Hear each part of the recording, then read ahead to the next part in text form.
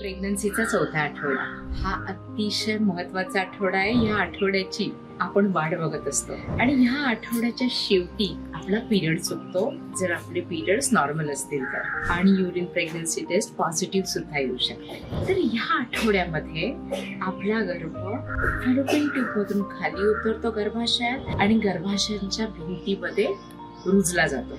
हा गर्भ रुजताना कधी कधी हलकसं स्पॉटिंग होऊ शकतं, ब्लिडिंग होऊ शकतं. त्याला आपण इम्प्लांटेशन ब्लिडिंग म्हणतो. या आठवड्यामध्ये आपल्याला थोडासा थकवा जाणवू शकतो.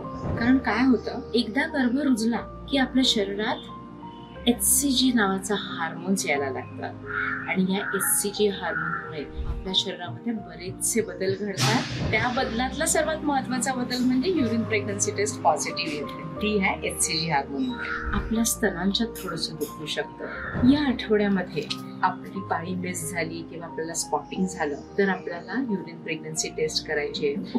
उठले जर पहिलं सकाळचं सॅम्पल असतं तर त्या सॅम्पलवर युरिन प्रेग्नन्सी टेस्ट करायची आहे. ती हलकीशी जर पॉझिटिव्ह असेल तरीही बीटा HCG करून घ्यायचं आहे. जेव्हा बीटा HCG पॉझिटिव्ह येतं तेव्हा प्रेग्नन्सी टेस्ट आपली पॉझिटिव्ह असते.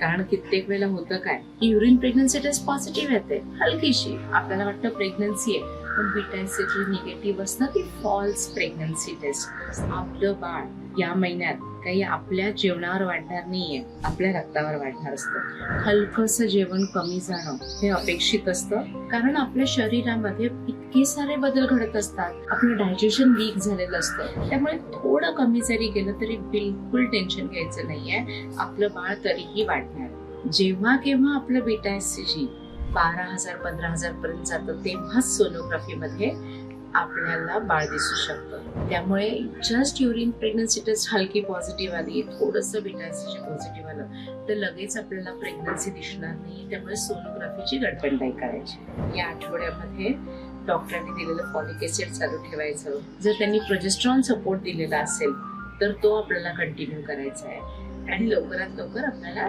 डॉक्टरांची व्हिजिट बुक करायची आहे.